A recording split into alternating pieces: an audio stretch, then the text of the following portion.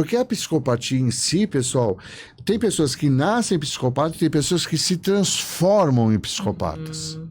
Tem a multifatoriedade, né? Então, Ó, que legal. uma lesão cerebral ou um trauma muito grande.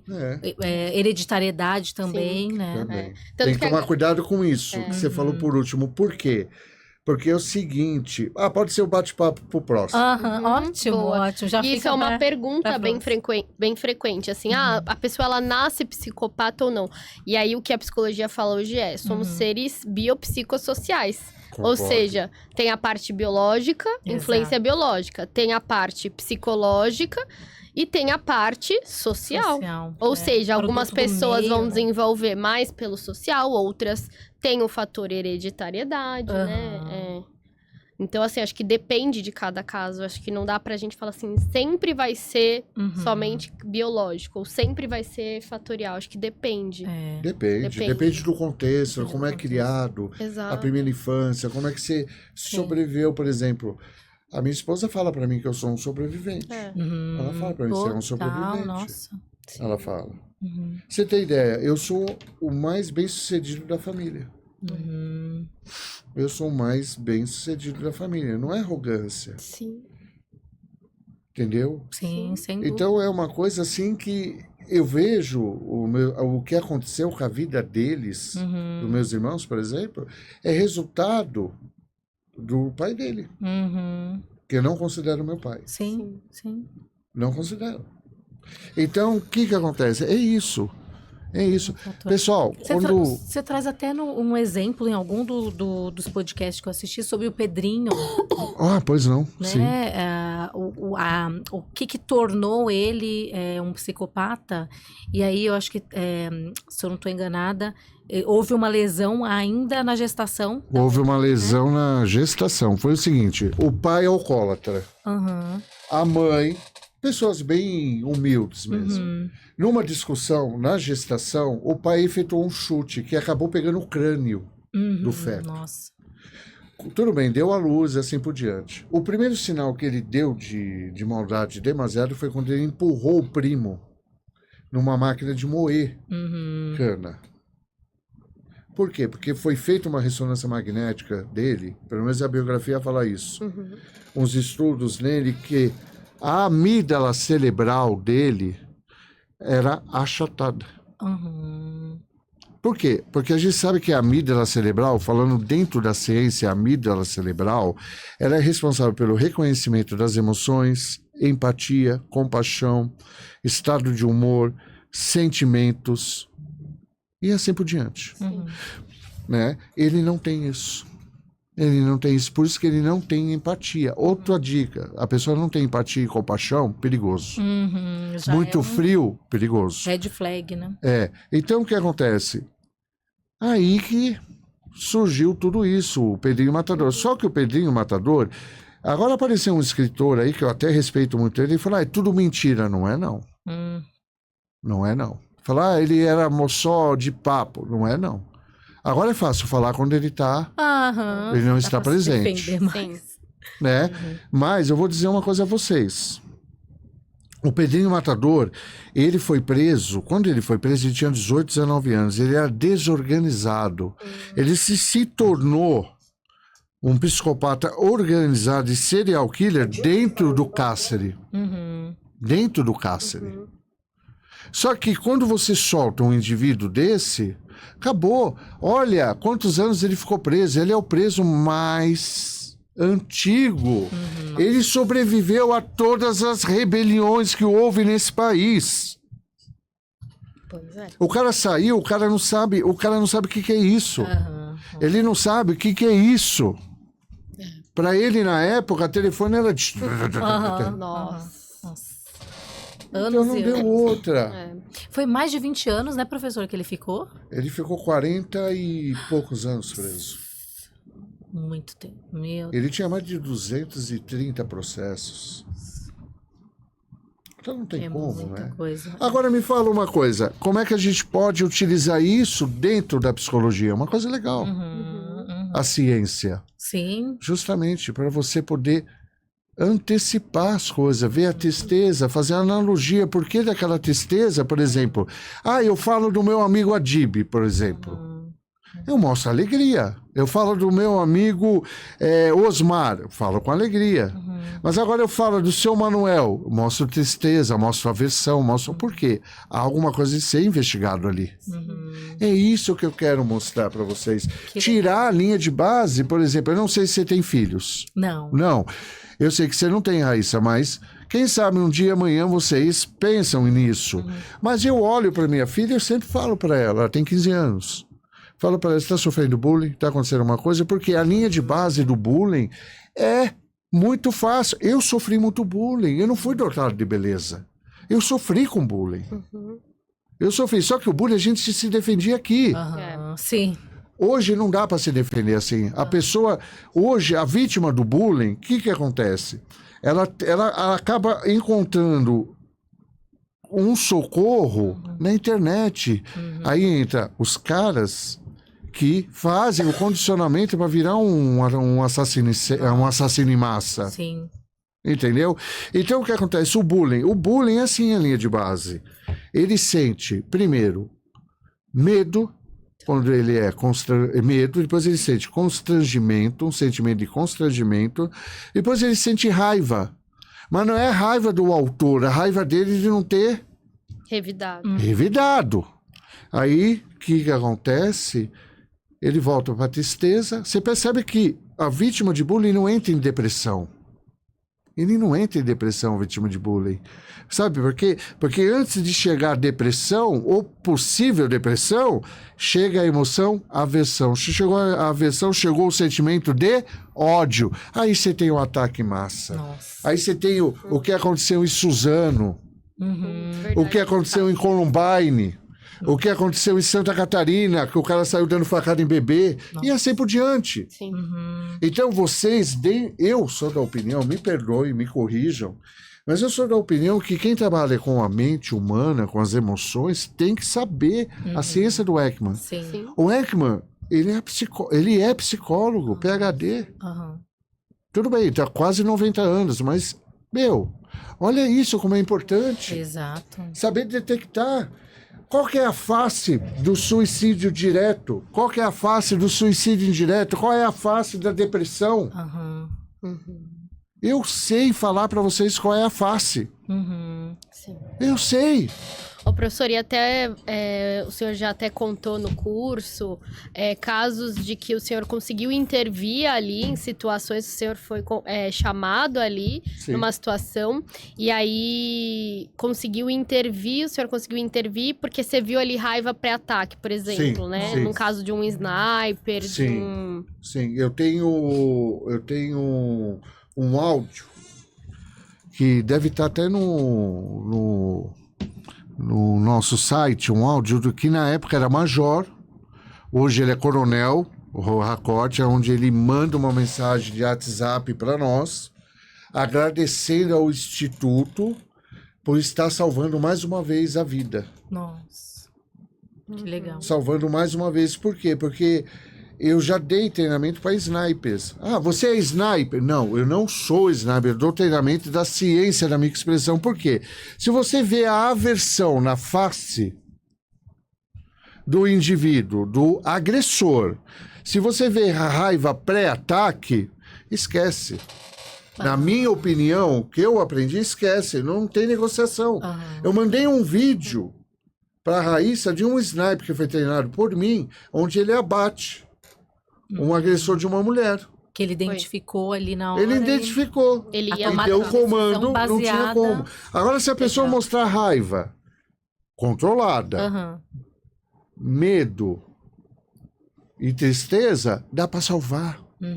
Dá para salvar o refém. Tem negociação, não precisa. Legal, né? Tem margem ali. Não precisa. Na raiva pré-ataque, tem, assim, quais são as principais... Aí que tá. Deixa eu ver se tem aqui. Pode ir para a próxima, por favor? Será que tem a próxima? Principais microexpressões. Não, né? Não tem, né? Tá. Acontece o seguinte, você tem a raiva pré-ataque, a codificação da raiva pré-ataque são as unidades do quê? 4, esse movimento vem para baixo, a U5, abertura total da pálpebra superior, e a U7, pálpebra inferior, fica tensionada. Então ela fica... Abre o olho mais frango. Abre o olho, Tá. exatamente. E na raiva isso. controlada? Na raiva controlada você faz o quê? Na raiva controlada você tem ou a queda de pálpebra, que é a U41, aquele olho de maconheiro, né?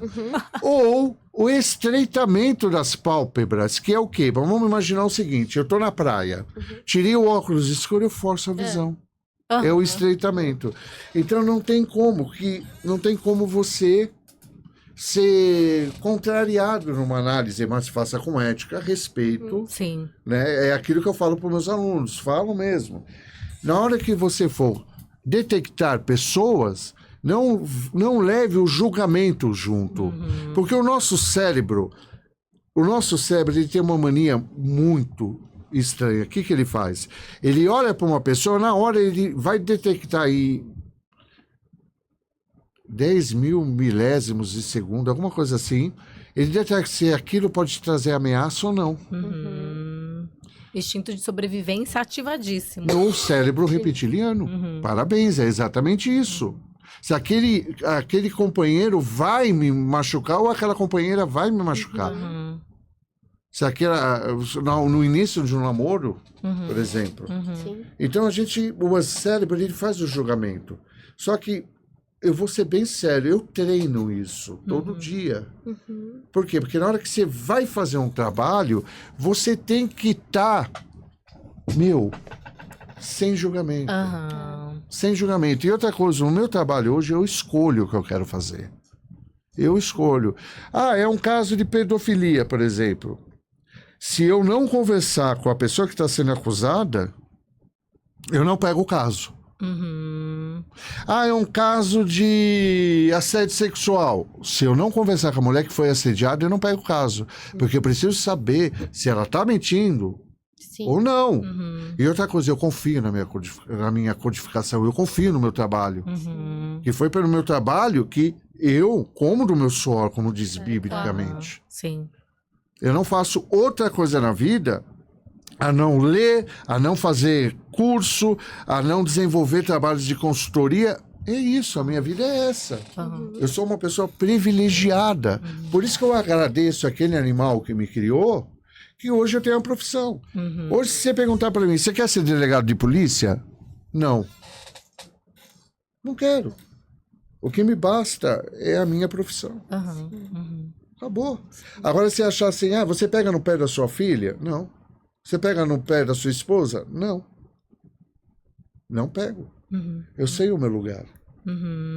Eu sei o meu lugar. Uma pessoa... Sabe o que acontece? Acontece assim, quando você detecta as pessoas... Por isso que eu pergunto em toda aula, você tem certeza que você vai fazer o curso? Porque você vai ter que criar uma segunda maturidade. E outra coisa, pessoas são difícil, falhas. São falhas. Porque assim, você perdoar, você perdoa. Vocês sabem o que eu estou dizendo, vocês duas. Sim. Agora, ser idiota, não. Exato. Tem limites, né? Tem limites. Então, o que acontece? Quando você tem a ciência em si, você não enxerga aqui. Você enxerga lá. Ô, professor, e como que o senhor faz, assim, para poder... Não é desligar, porque desligar a gente não desliga, né? Esse nosso lado ali. Mas para lidar realmente com isso No dia a dia. Porque tem coisas que, assim, infelizmente... Não desligo. Tem como não... Michele, não desligo, Michele. Difícil lidar, nossa. Não desligo, Michele, não desligo. Às vezes eu olho e falo, mas por que você tá assim? Nossa. Pô, deixa eu. Às vezes eu tô vendo televisão. Você viu a minha expressão, não sei o que? Você viu, vai acontecer isso. Por exemplo, não assistem filme comigo que você acaba detectando o final do filme. Sim, nossa. Então, eu vou no cinema. Você tem que tomar muito cuidado para você não ser uma pessoa que acaba sendo excluída. Por exemplo, eu sentava na mesa... Hoje é difícil eu sentar naquela mesa, mas eu sentava na mesa da minha sogra, por exemplo, então estavam os cunhados, as irmãs, né? E eu tô ali. Nossa, gente. Aí eu só, na minha, comia tal. Gosto muito da minha sogra, Dona Beth, né? Gosto muito, ela me conhece há muitos anos. Então, o que que acontece? Eu tô ali, eu levanto para ir fumar um cigarro no portão, aí começa... Eu volto, sento, uma conversa mole. Pararam. Então, acontece muito. Medo de ser avaliada, analisada. Por quê? Porque todos nós temos segredos, Claro. pessoal. Opa, Todos nós temos segredos, sim. né? Agora, tem hora que você acaba perdoando um ser humano, mas você não quer conviver mais com aquele ser humano, Sim. porque você, nessa ciência, você detecta o caráter do ser humano. Não importa se ele está revestido de policial, revestido de pastor, revestido de padre, revestido, não importa, de pai. Não importa, Nossa. entendeu? Não importa. É igual um dos motivos que vocês me perguntaram, você não vai mais na igreja. Não vou. Por quê? Porque Jesus falou para nós, seja luz. E não seja o quê? O que eu encontro nas igrejas hoje são estrelas de igreja. Sim. Eu não vou lá ficar batendo palma, não sou uma pessoa manipulada. Fantoche, né? Eu não sou um fantoche. Eles usam isso pra Triste. conseguir manipular, pra conseguir, né, literalmente ter palco. É um lugar muito fácil pra se ter palco. Então, ao invés de se tornar um púlpito, é um palco. É um palco. Então, o que Teatrinho acontece? ali. Faz muito tempo que eu não vejo uma pregação de salvação. Eu só vejo sobre dízimo. Infelizmente. Então, Triste, né? cortando religião que não vale a pena, Sim. que religião foi criada pelo homem. Então, é isso. Então, o que eu quero trazer para a ciência é o quê? Poder ajudar as pessoas. Então, a ciência, o Ekman, ele é tão maravilhoso que eu falo muito. Eu falei no curso agora, que eu pretendo apresentar vocês a uma pessoa, uma profissional chamada Madalena Feliciano. A Madalena Feliciano, eu vou até passar o contato de vocês para ela. É uma profissional assim, fora de série. Legal. E eu estava dando um curso no instituto dela e eu falei para as pessoas, vocês têm certeza que querem fazer esse curso? Por quê? Porque assim, eu perdi oportunidades de trabalho, porque muitas vezes aquele gerente ou aquele diretor desvia dinheiro e acha que eu vou detectar aquilo. Claro que eu vou. Mas eu não vou expor as pessoas. Eu já perdi muito trabalho. Muito trabalho. E por isso que eu não gosto de dar entrevistas e assim por diante. Aqui eu venho porque, Raíssa, eu nem tenho o que dizer. Imagina. E Michele também, nem tenho o que dizer, agradecer. Mas a gente se torna, pessoal, uma ameaça para as pessoas. Quantas vezes eu entrei num elevador, em algum lugar, por exemplo, no departamento de homicídios, o delegado não queria pegar elevador comigo. Porque eu sei que aquele delegado é ladrão. Nossa. Eu vou fazer o quê? Gente. Agora, tem um que não presta, isso eu tô falando de 15 anos atrás, nem tá lá mais. Mas eu tô falando para vocês assim, existe pessoas que não adianta, não vai caminhar além de base, existe, mas tem mais 30 que quer aprender, quer conhecer a ciência, então eu ajudo esses 30. Então, saber detectar, a vida é difícil? É. É muito difícil, por exemplo, eu olhar para a face de uma pessoa que eu amo muito e falar, o que está acontecendo? E a pessoa não contar, às vezes. E a pessoa deixa para lá. Entendeu? Então, são coisas que você acaba... Mas tem uma coisa, você tem o quê? A direção da sua vida. Isso é importante. A direção da sua vida. Poder falar, por exemplo, virar para minha filha e falar para ela, você vai sair? Vou, mas se respeite. Eu não vou proibir que você namore, eu não vou proibir que você tenha amigos. Eu só falo para minha filha o seguinte, se respeite. Entendeu? Sim.